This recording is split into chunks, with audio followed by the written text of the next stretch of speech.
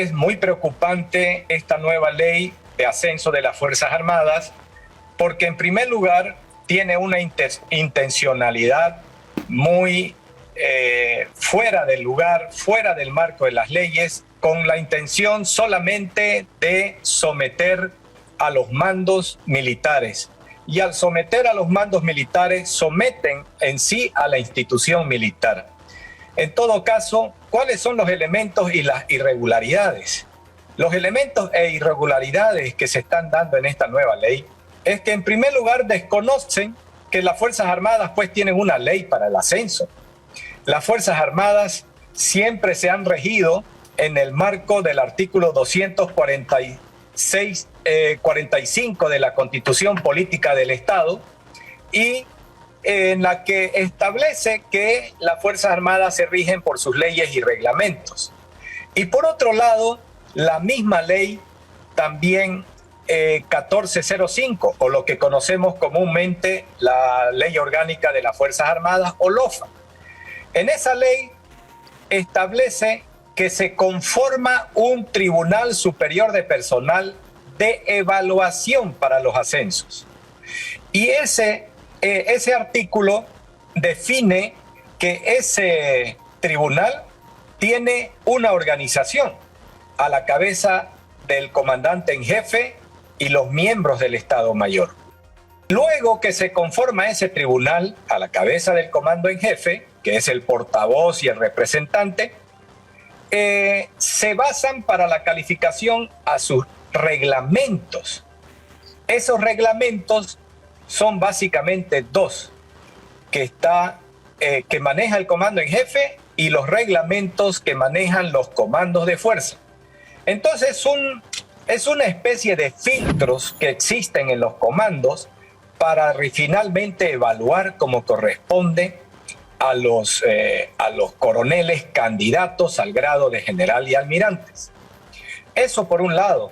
Pero por otro lado, viene una ley que se basa en una resolución del Tribunal Constitucional Plurinacional, en el que dice, entre sus partes, la resolución de que debe haber una ley de ascenso para el futuro ascenso de generales y almirantes.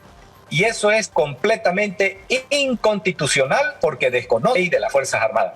Ahora bien, ese proyecto de ley vulnera en los artículos 16 y 17 esa autonomía que tiene el Tribunal Supremo, el Tribunal de Personal de las Fuerzas Armadas para la evaluación. Ahora bien, ¿cuál es el objeto? De que el ministro de Defensa forme parte de esa representación institucional. Coronel, en el artículo 23 de este proyecto de ley se establece que a este tribunal lo incluirían al ministro de Defensa para poder deliberar los ascensos a las almirantes y generales de la Fuerza Aérea y del Ejército. ¿A eso hace referencia cuando hace esa observación puntual, que quien va a ingresar Correcto. al tribunal sería el ministro de Defensa? Correcto, también a eso, Beatriz, por cuanto no puede ser posible que el ministro de Defensa se arrogue las funciones que le competen a un tribunal completo militar, que es el que hace el seguimiento y califica, evalúa, propone o rechaza ascensos. El ministro de Defensa es una actividad de representación política. No puede estar en una evaluación técnica. Eso es suficiente para que no sea incluido el ministro en esa comisión técnica. En este caso, en la actualidad, ¿cómo se hace el ascenso? ¿Es el tribunal quien define a través de varios elementos, desde estudios, desde formación que tienen que cumplir internamente, y esa lista la plantean al Poder Legislativo, ¿cierto? Correcto, Beatriz. El procedimiento siempre ha sido en base a la Ley Orgánica de las Fuerzas Armadas y al reglamento del Tribunal Superior de Personal de las Fuerzas Armadas y de respectivas comandos de fuerza. En base a eso se saca una evaluación y se clasifica el personal y se proponen de acuerdo a las vacancias. Esa lista es elevada por el comandante en jefe directamente al capitán general. Exacto. El presidente del Estado, Beatriz, es el que propone la lista de ascenso al Senado y el Senado ratifica. Así está la ley. Ahora, el camino de esta norma, ¿qué establece? Que interviene en el tribunal el Ministerio de Defensa y el ministro es que al final da su ok para esta lista. ¿Entra en la evaluación del tribunal también? Correcto, es así. Mire, él integra el tribunal para la evaluación, es el que propone al presidente del Estado la lista de los ascensos. Y mire usted, no es nada eso que solamente hubiera sido generales y almirantes. Pero estamos hablando, Beatriz, de todo el personal de cuadros, general hasta subteniente y suboficiales hasta sargentos. Este proyecto de ley, ¿cómo lo han recibido en las bases de las Fuerzas Armadas?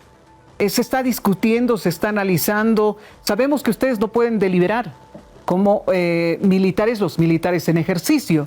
Pero ¿qué se dice del conocimiento de esta norma cuando se conversa entre ustedes? Bueno, Beatriz, hay una preocupación inmensamente grande y profunda, por cuanto esto le quita la garantía de una carrera profesional limpia a todos los oficiales, suboficiales y sargentos. Porque hoy va a prevalecer más el apego político que la subordinación y que la disciplina militar, por cuanto mi comandante no va a decidir sobre mí. Por último, yo tengo mi padrino en la Bartolina, tengo mi padrino en los interculturales o en los ponchos rojos y voy a ascender. Y la disciplina se va al bombo. La disciplina se destruye y sin disciplina las Fuerzas Armadas se convierten en milicias. Sin disciplina las Fuerzas Armadas pierden el nexo de su ley, de su misión constitucional. Sin disciplina el pueblo pierde el vínculo con sus Fuerzas Armadas. Coronel Santiesteban, queremos agradecer este contacto con F10 y darnos su punto de vista como militar en retiro. Muchísimas gracias. Gracias, Beatriz.